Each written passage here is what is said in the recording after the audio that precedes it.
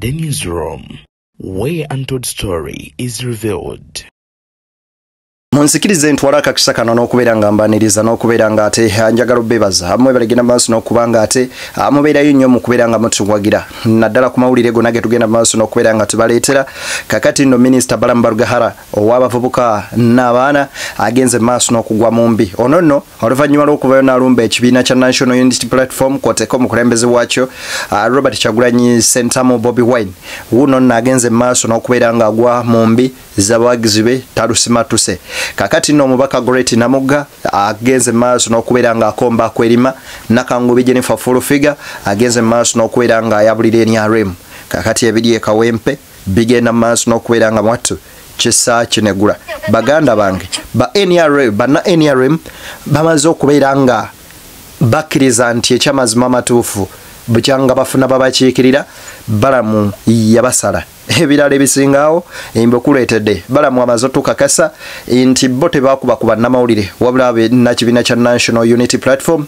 bebagenda maaso n'okukola bulumbaganyo obulinga obwo ku bannamawulire nze Deni akutuusako ensonga ku BTN Media nkusaba n'obwombeefu obw'ekika ekya waggulu vidiyo eno Ebuvanjuba nebugwanjuba ewaka wasigalawo ewasinga Beyond the Newsroom gwe mukutu ogukuleetera ekyo ekisinga katiranga naffe ng'oyita ku noti 771 44 53 ne noti 744 26 45 na bino bikulu tetulanga bafere tetulanga basawo ba kinnansi n'abagwa mu koowe eryo mwebale kutuwagira. Thank you.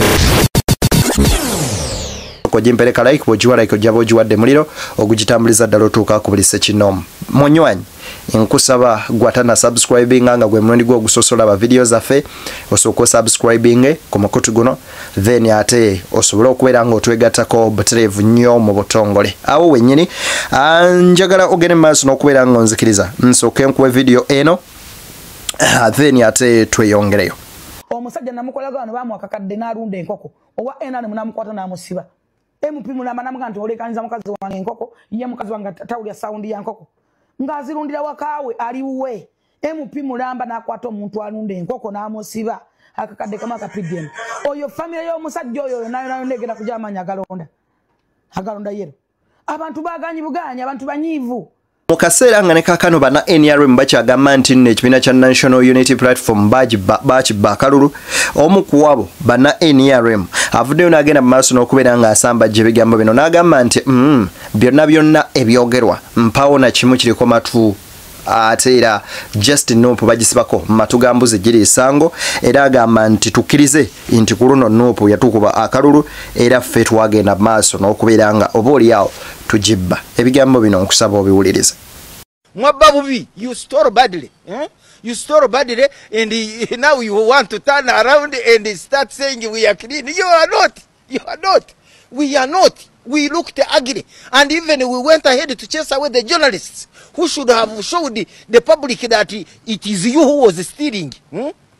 You chased away the journalists. Why did you chase away the journalists?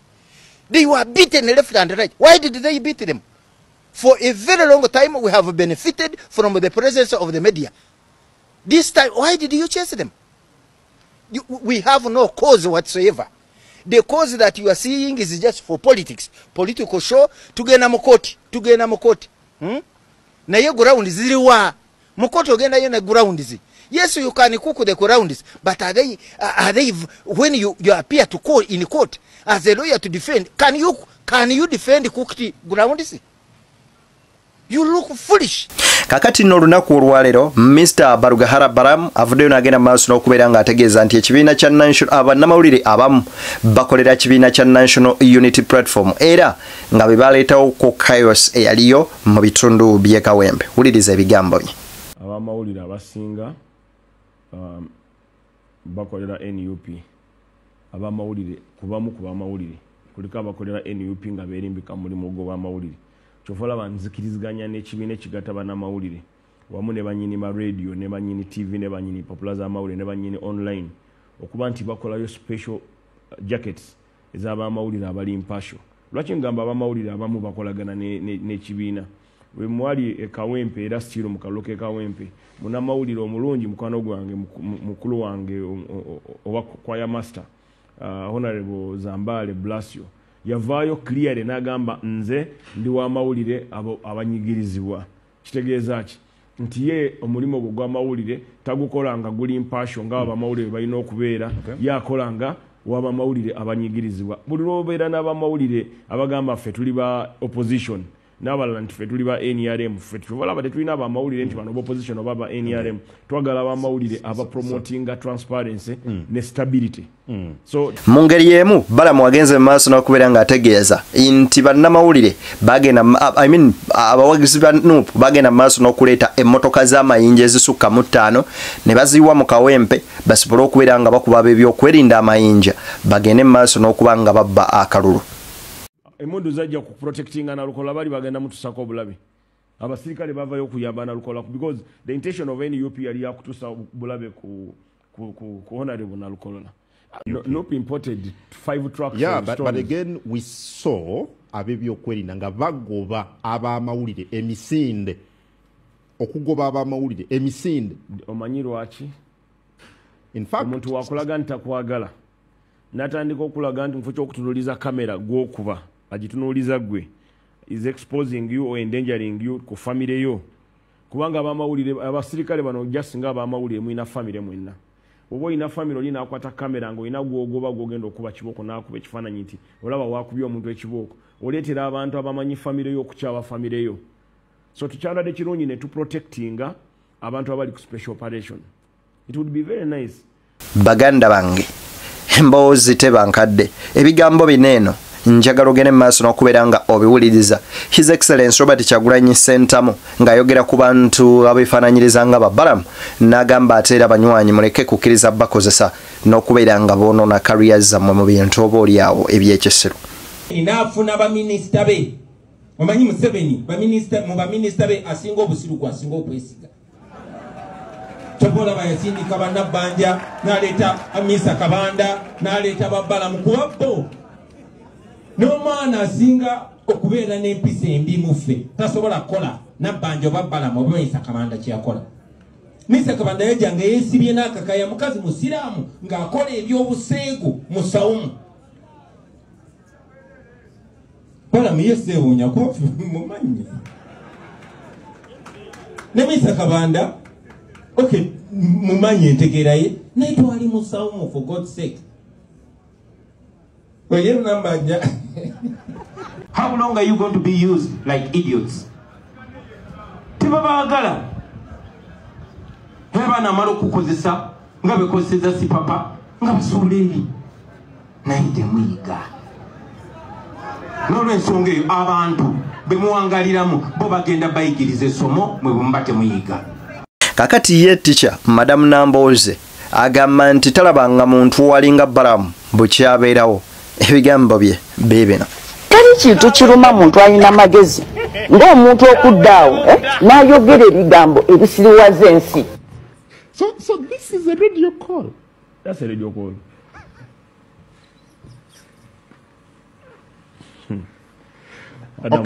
Okay. All right. I told you that is a radio call antenna. That's a radio call antenna. Even you say radio call antenna, then you're calling it a stick. Nja kusaba producer ampage financially very clear. Oba katambi. But that is a radio call antenna. Oh no, Balamu simuvuma. Naye nja ndeta bulesi category y'ebyobufuzi. Abalinga yewe babayita useful idiots. mu ngeri yemu Honorable Namboze agamba nti ebigambo ebyo yadde yabyogera bw'atyo naye takirumangamu nti ekyamazima kiri nti Balamu is now a complete useful idiot. Namugamba is a useful idiot era nkimaintaininga. Useful idiot kitegeeza omuntu okukolera abantu against your own ninga tomanyi kigendererwa kyabali ekyomunda. Leero amayumba gatwalako omwami Museveni nga amulaga gulawo hoteli eno gulawo no byonna ebyo Kibule yabikola. Si yasoose. kakati no Minister Balambarga haravudde n'agenda maaso n'okubeera ng'ategeeza nti bannakibiina kya NUP be batungisa uniform ezifaanana eza JAT era ne bagenda maaso n'okubeera nga bazambala ne bakuba abantu kwoteeka nabo okwekuba. Stop wearing JAT uniform and you claim it is JAT. There are NUP people like Sauda Madada who have JAT uniform with the medals on it, as you saw there on the first day of nomination. Many of them were wearing black, and some of them would have a name here, JAT. So to confuse people, they put games, they put different names. But for us, we knew they were trying to imitate the government force JAT.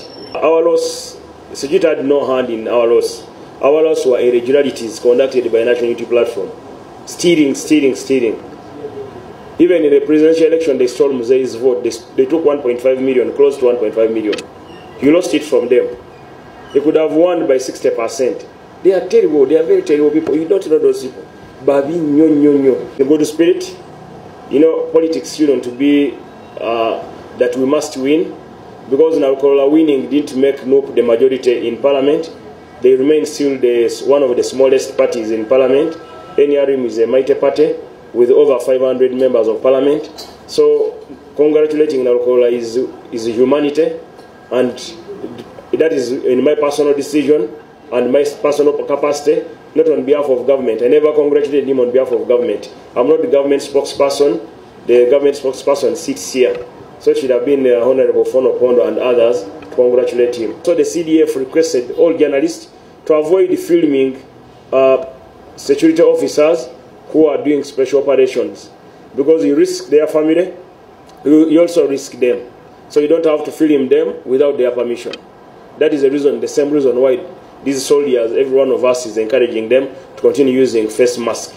They should continue using those face masks. It is allowed and it is practical. It is used by the British Army, by the Israeli, by the Naval SEAL, by the Marine. All the best armies in the world are using masks. The reason is to protect their identity so that their families are not endangered. So that was the cause of the thing. But before the CDF apologizes, or before the UPDF and government apologizes, we would like to condemn the acts of National Unity Platform. National Unity Platform provoked the army into action. Banji ku TikTok n'emikutu emirala bamanyi omusajja amanyikiddwa nga Mustafa ayisiza Balamu eggaali n'ategeeza nti Balamu mmere ekigyalya tugimme abaana baffe. Omuntu wayogera ebyekisiru zijja kuba nsonga bbiri, either nga muto oba nga musiru. Ajja muwe kamera ye oba maama. Okitegedde? Omuntu wayogera ebintu ebyekisiru. Waliwo ensonga zirina bba bbiri. Ayinza okuba nga muto kibagamba nti ayogeza buto. Kale ate waba omukulu kitegeeza ayogeza ki? Bukulu. Aba ayogeza busiru. Omuto ayogeza awulikika ng'omusiru aba ayogeza buto. Omukulu ayogeza awulikika ng'omusiru aba ayogeza busiru. Omanyi omuntu asobola okwogera ekyekisiru n'alowooza nti bonna bayogereramu basiru. Kye kizibu ekibaawo. Mpuliriza ggwe. Omuntu asobola okwogera ebyekisiru ye amagezi gaba gamuwa nti bonna bayogereramu bagwagwa nga ye. Ekitegeera nti tosobola ku makya omuntu ategeera. Muyitaani Honorable? Honorable Minisita w'abavubuka. Ana ndaba nga akyali omuvubuka. Siri muvubuka. Ate buno omuvubuka gavumenti gyaleebuuze na ku myaka 3. Omanyi abantu bakola nnyo ebyekisiru nga beeyita abavubuka. Kati nno omubaka Goreti Namugga avuddeyo n'agenda maaso n'okubeera ng'ategeeza nti okufa n'obutanyagwa bakulwanirira ekifo kyabwe ekyakawempe n'okununula bannayuganda bonna okutwaliza awamu mpaka nga bafunye oba oliawo bwetuwaze okufa n'obutanyagwa. Bibino nkusaba obiwulirize. Katonda muggulu bantunulire bulungi nga ntunudde mu kamera nze Namugga Goreti tugenda kukola kyonna ekisoboka okugoba effujjo essagaliko okujoga okumanyirwa okusaalimba n'okuleeta obukenezi mu ggwanga lyaffe. We are ready for that and byonna ebinaavaamu tugenda bikola nga tugoberera amateeka. We are going to do that. Tewali gwe bagenda kutiisatiisa. Lastly mwembadde mugamba tuamendinge constitution mbuulire etteeka erigamba nti kuba abantu emiggo mu field ssemateeka bwagamba mbuulire ennongosereza ekkiriza munnamagye okukola bye bakoze Kawempe. That is why tubagamba naye tunakyusa ssemateeka. amateeka nga tulina abantu abafaanana bwe bati tetulina kye tugenda kwakivinga so twerwaneko okulaba nti tubazza mu layini basaavinge bannayuganda nga bagoberera amateeka olwanaagalima we are going to force them ife bakama baabwe we are their boss tugenda bafosinga okukola ebikituufu nga NRM ekyagamba nti bagiba akalulu Namugga agamba ffe weetuli okubeera nga tuyimirira ku mazima Nuupu yabbya akalulu ne batulugunya mu field emmamba ze mwalabe mu field zabadde za Nuupu bakanga baana ababadde bajjati abambadde obukookolo babadde ba Nuupu NRM tutwala mu kooti okubba akalulu kaabwe n'okubatulugunya abaka parliament bageze basinkana omukulembeze waabwe era mu mawulire mubiwulidde batutwala mu kooti kaakati omuzannyo gwe baali baagala okuzannyira Ssekanyonyi baali bagenda kosa chairman we NRM yali agenda okuyiwamu obululu era abaana nga batubulya nti tuli wano tugenda kujja bano ne baleeta bakifeesi okuva mu kisenyi kashiwadde tebatamanyi nti eri Gaza naffe tugitegeera bulungi ne tubateekako muntu ku muntu bulwadde wabeera owenaalemu ne tumwekengira nga bana batubulya nti oyo mumulaba be babbi baawano ekirungi ky'obululu buli omu bana abantu b'omu kitundu bamanyi ababbi baawo nono tagamba Lidia tibadde batugamba oyo mumusongeko naye babadde baabwe so bafunye omukisa omubi ab'NRM nti intelligence yaffe ate eri beyond ya government beyond the newsroom banji bavayo ne bagenda maaso n'okubeera nga bategeeza nti Robert Kyagulanyi Ssentamu mpaawo kalungi nakamu ke yagenda maaso n'okubeera nga oba oliawo akolera ekibiina ekimanyikiddwa nga bantu ba Kyaddondo East jjukira nti ono yeesogga akalulu nga yagira mu by election njagala era nayingira parliament okumalayo emyaka gyali ebiri mirambirira Robert Kyagulanyi Ssentamu gwe tuwogerako ono nno nga yajja mu parliament 2018 n'agyesogga buterevu nnyo nnyini ddala kaakati nno wuuno ng'ebula omwaka gumu abinyuke ng'ayogera ku biki bye yali olwedde amaze otuusa ku bantu be bangi bagamba mpaawo na kimu kye yali abakoledde mwaka guno twasobola okugula greda eya Kyaddondo East ekyenjawulo sinaba kiraba mu constituency endala yonna era enguudo zaffe kati ffe tuzeekolera togamba nti ebintu by'okoze otaddeyo amazzi ekyaddondo oguze greda ya bukadde 700 sente ezo wazijje mu parliament mwaka gumu sente ezo zibaddengawo lwakuba abakulembeze badde tebazikozesa kizirina kukola okugeza abantu baffe Kyaddondo basasula omusolo property tax omusolo gwe basolooza abantu mu nyumba gubaddenga guva mu bantu abantu abamu balowooza nti Bobi Wine yeetegekera kutwala buyinza bwa ggwanga lino ekyokulembera eggwanga lyaffe tekirina kkanga muvubuka yenna kuba yeffe bakulembeze babadde bagamba abakulembeze b'enkya kati obudde bwakya n'olunaku lwaleero ffe tuliwo abakulembeze bonna abazina ensi zaabwe bazikola myaka gya buvubuka yeffe bavubuka ab'omulembe guno kaakati nno musajja mukulu ono ategeeza nti Alex Luswa Luwemba nti yetalabanga ku muntu wa kisiraani bwe Paul alinga musajja mukulu ono amanyikiddwa nga Alex Luswa Luwemba Luswa tosobola dde okukwana omwana wa university ku kisiraani ky'olina Luswa Luwemba konna kati obango discussinga bansereko obango discussinga ku majasa abalwanyi abo baluswa bajja oluvannyuma nga meeting ewedde tobalengeza nnyo anti yagamba ti abantu b'ekawempe bamusaba ajje akutulikize manifesto abantu 2 mu kawempe yonna be basaba Luswa ku mitwalo 19 kakati engalabi y'akaakaana ako bakatwala ebutabika basoke bakakebere ate kalina n'ekisiraani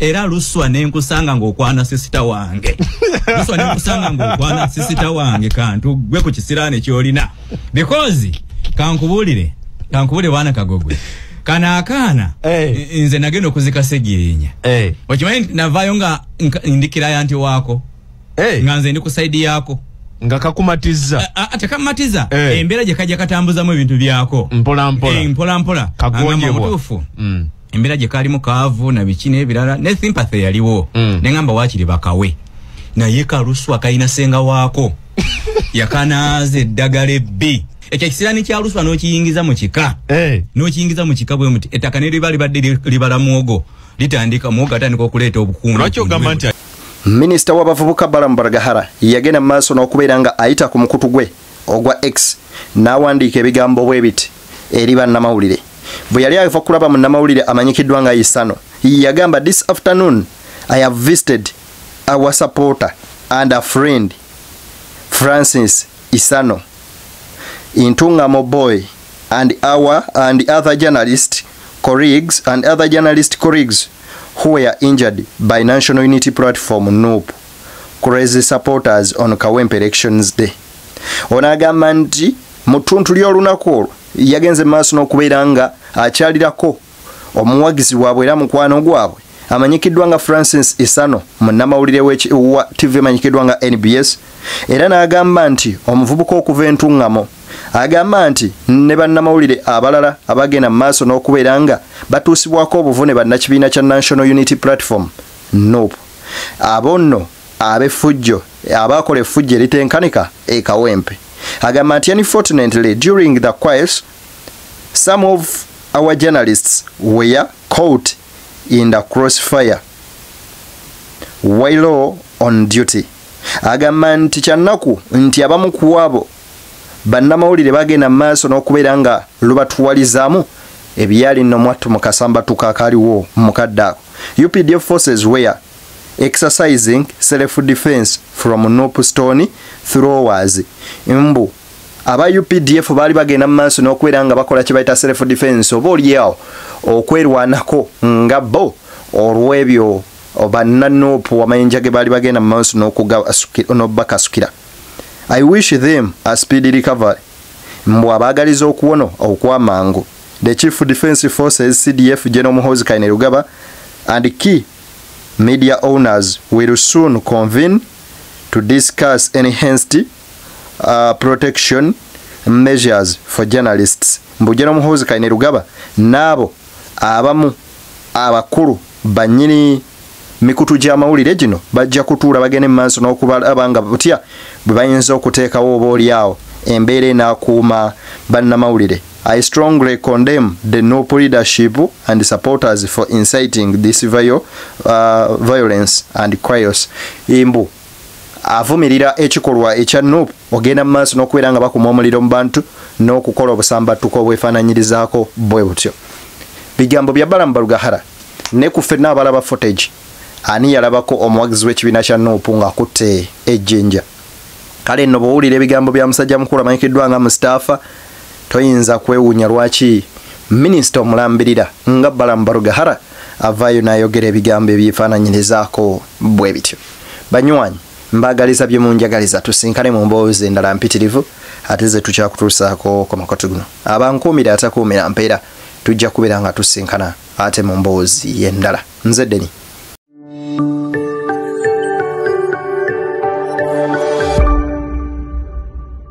Beyond the newsroom, where untold story is revealed.